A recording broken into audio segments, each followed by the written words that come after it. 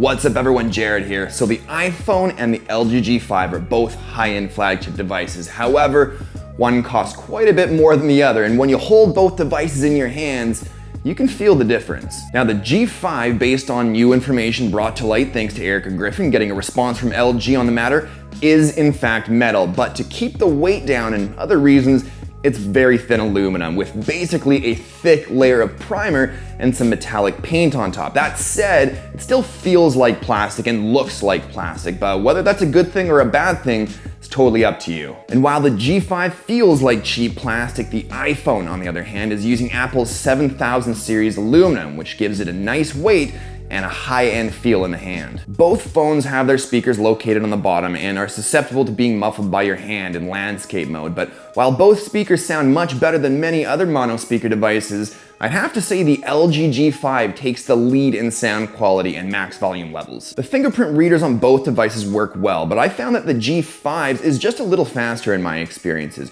And one thing to note, the fingerprint reader on the G5 is located on the back, giving what I believe to be a more natural approach to using a fingerprint reader. Now, a few other things that the iPhone doesn't have that the G5 does, which might be quite a big deal to a lot of people, is the IR blaster for controlling your TV and a ton of other household appliances. The expandable storage option, which accepts up to a 2 terabyte micro SD card, and of course the removable battery, which can be swapped out on the fly. Now personally, I haven't used an IR blaster on a phone for at least a year. The standard 32 gigs of internal storage on most devices these days is usually enough for my needs, but I also use cloud storage a lot, and I also rarely find myself caught out in the wild without enough battery life to last me until I get home, so it just goes to show everyone's needs are different. But more to that, another fairly obvious difference between the two phones is LG's new and first ever for its smartphone modularity options. Now, I've talked about this in my LG G5 review, which I'll leave a link to in the description below, but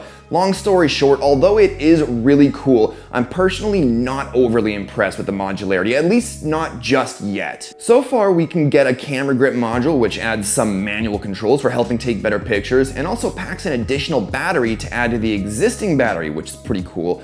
And then there's also the new DAC module, which in collaboration with Bang & Olufsen provides high quality hi-fi audio at 32 bits. But that's all we get for now, so I'm hoping LG continues the trend and we see some more cool and imaginative modules sooner than later. Now the displays used on both devices are awesome, but while I prefer the size of the G5's 5.3-inch Quad HD IPS LCD display, I think I still prefer the 5.5-inch 1080p IPS LCD display on the 6S Plus. Lines are super sharp on both devices, they are, but I feel like the colors and saturation and blacks are just a little deeper and more pronounced on the iPhone than the G5, but either way, both devices are really, really nice. However, one thing we can't forget about is the new always-on display, which the iPhone doesn't have. I think always-on displays are an awesome way to quickly see if you have any notifications waiting without having to press a single button, and I'm loving it on the G5. We also can't forget that while the G5 may have an always-on display, the iPhone has 3D Touch. Personally, I think 3D Touch is cool and all, but I simply never use it because it's something you sort of have to train yourself to remember to use, which I just never mastered. So day-to-day performance on both devices is fast, like really, really fast. Let's face it, flagship devices these days rarely have problems with performance, but while gaming, I do notice the iPhone can heat up noticeably more than the G5, but if a sluggish phone is something you're concerned with, you can check that at the door with both these phones. The 12 megapixel camera on the iPhone 6S Plus comes with optical image stabilization, as does the 16 megapixel camera on the G5. Both work well, but I found the pictures from the iPhone to be a little warmer and generally more pleasing to the eye than the G5.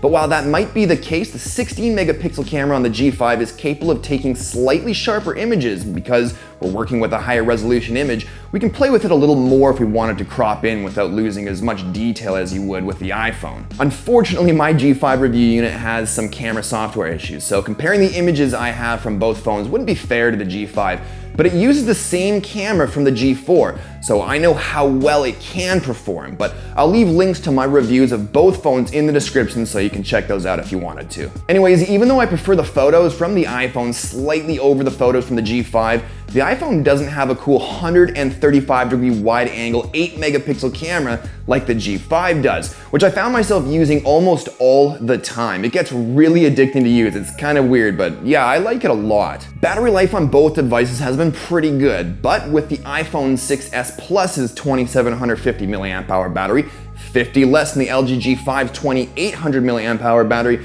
I was consistently able to get much better battery life from the iPhone, where the iPhone would last me sometimes up to 2 full days if I was careful. The G5 would only last maybe a full day if I was careful. Still though, a full day is more than adequate for a lot of people out there. So both are among the best phones on the market right now, and I have a hard time picking between the two. For example, on one hand, the iPhone 6s Plus gets better battery life, but the G5's battery can be swapped for a freshly charged one on the fly. With the iPhone, you can get up to 128 gigabytes of internal storage for an insane price, whereas with the G5, you can expand your storage well beyond that for a fraction of the cost. It really comes down to figuring out your needs as well as which ecosystem you want to start investing your money into with regards to apps and the like. Anyways, I'm curious to know which phone you'd prefer and why, so let me know in the comments. But that does it for this one. If you liked the video, show me some love and hit that like button, and if you're new to my stuff, don't forget to subscribe for more soon. But thanks as always for watching, and I'll talk to you all in the next one. Cheers.